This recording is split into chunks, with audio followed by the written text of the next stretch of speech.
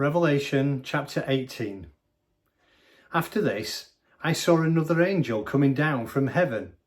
He had great authority, and the earth was illuminated by his splendor. With a mighty voice he shouted, "Fallen, fallen is Babylon the Great. She has become a home for demons and a haunt for every evil spirit, a haunt for every unclean and detestable bird. For all the nations have drunk the maddening wine of her adulteries. The king of the earth committed adultery with her, and the merchants of the earth grew rich from her excessive luxuries." Then I heard another voice from heaven say, "Come out of her, my people, so that you will not share in her sins, so that you will not receive any of her plagues. For her sins are piled up to heaven, and God has remembered her crimes. Give back to her as she has given. Pay her back double for what she has done. Mix her a double portion from her own cup. Give her as much torture and grief as the glory and luxury she gave herself. In her heart she boasts, 'I sit as queen, I am not a widow, and I will never mourn.' Therefore, in one day her plagues will overtake her, death, mourning, and famine. She will be consumed by fire, for mighty is the Lord God who judges her. When the kings of the earth who committed adultery with her and shed her luxuries see the smoke of her burning, they will weep and mourn over her. Terrified at her torment, they will stand far off and cry, 'Woe, woe, O great city, O Babylon, city of power! In 1 hour your doom has come.'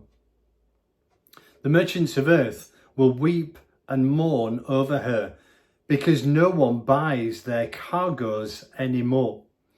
Cargoes of gold, silver, precious stones and pearls, fine linen, purple, silk and scarlet cloth, every sort of citron wood, and articles of every kind of ivory, made of ivory, costly wood, bronze, iron and marble, cargoes of cinnamon and spice, of incense, myrrh and frankincense, of wine and olive oil, of fine flour and wheat, cattle and sheep, horses and carriages, and bodies and souls of men. They will say, 'The fruit you longed for is gone from you.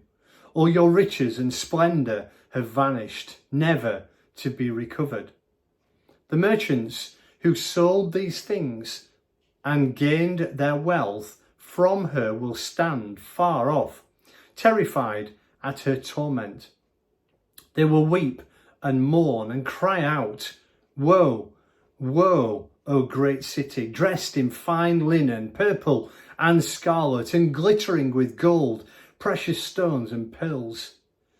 In 1 hour such great wealth has been brought to ruin.' Every sea captain and all who travel by ship, the sailors and all who earn their living from the sea will stand far off. When they see the smoke of her burning, they will exclaim, 'Was there ever a city like this great city?'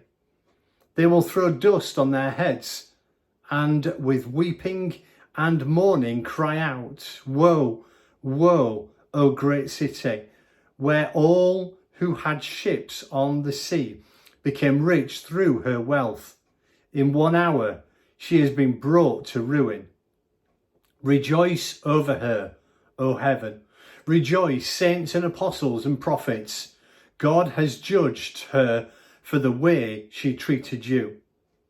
Then a mighty angel picked up a boulder the size of a large millstone and threw it into the sea and said, 'With such violence The great city of Babylon will be thrown down, never to be found again. The music of harpists and musicians, flute players and trumpeters will never be heard in you again. No workman of any trade will ever be found in you again. The sound of a millstone will never be heard in you again. The light of a lamp will never shine in you again. The voice of bridegroom and bride will never be heard in you again. You merchants were the world's great men. By your magic spell, all the nations were led astray. In her was found the blood of prophets and of the saints, and of all who have been killed on the earth.